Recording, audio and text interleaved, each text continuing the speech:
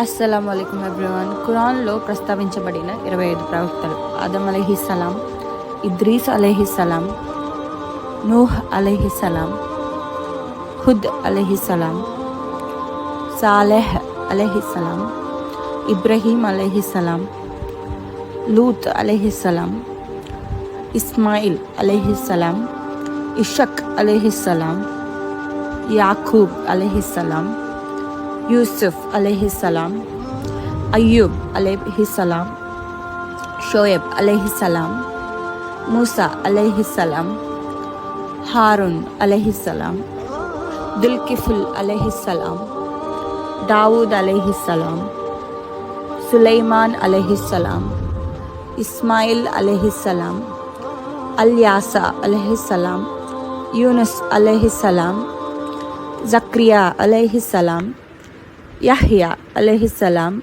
ఈసా అలైహిస్సలాం, ముహమ్మద్ సల్లల్లాహు అలైహి వసల్లం.